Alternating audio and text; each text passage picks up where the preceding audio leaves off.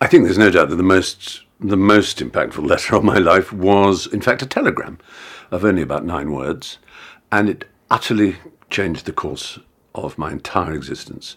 Without it, I very much doubt I'd be sitting here. I'd be more likely in a police cell or dead or something, I don't know. But it said, after a long period of my being expelled from schools and going to prison, indeed, and various other things, I'd worked hard and pushed myself through lessons in order to try and get into a particular university. Cambridge, which is the one I wanted most to go to. And I took the exam, paying for the person to invigilate me, and I got a telegram. And I didn't know what it could mean. And it just said, "Congratulations, awarded scholarship, Queen's College, senior tutor." And that was it. I was never the same again. It utterly, completely changed me. For good or ill, I'm not to say, but there you are. I suppose in the future, I can't really cast my mind to the future very well. I never have been able to.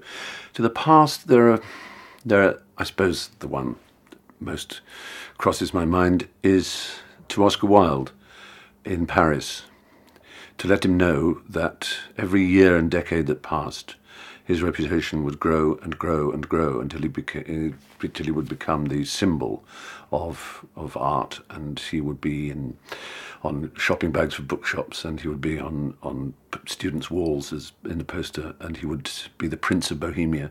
He died in a sense of complete shame, thinking that the world would utterly condemn him forever. And it's so wonderful that, of course, he is, after Shakespeare, in many countries around the world, the most read English language author. But terrible that he never knew that was ever going to be. So I would just want to write and assure him of that his future and his reputation would only grow.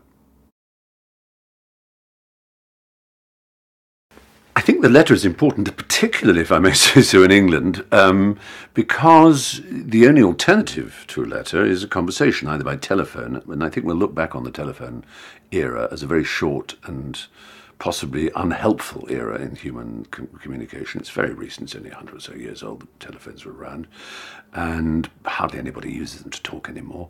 They use texts and they use emails, and occasionally they actually use pens and pencils and biros.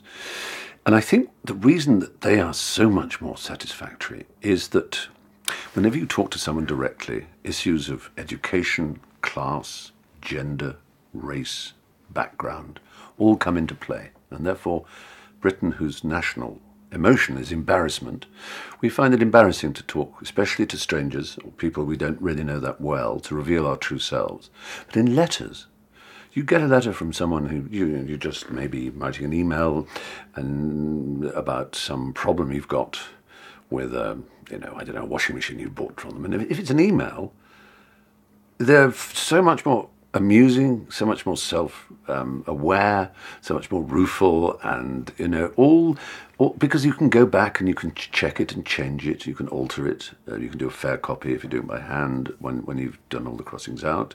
So it's just as you want it. It can be as short as you want it. I quoted in the evening of reading the marvellous line of Mark Twain's where he says in a letter to someone, "I'm sorry this letter is so long. I didn't have time to write a shorter one," which is fantastically true.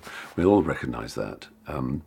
And I think that's the magic of the letter, is that the true self is revealed, whereas face-to-face we try and disguise ourselves and our accents and who we are.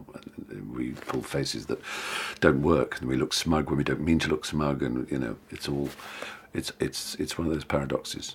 Reality and face-to-face contact is a lie, whereas writing from a distance remotely is the truth. That's why literature is so important, and that's why letters are the foundation of literature. A man of letters is a literate person, or a woman of letters.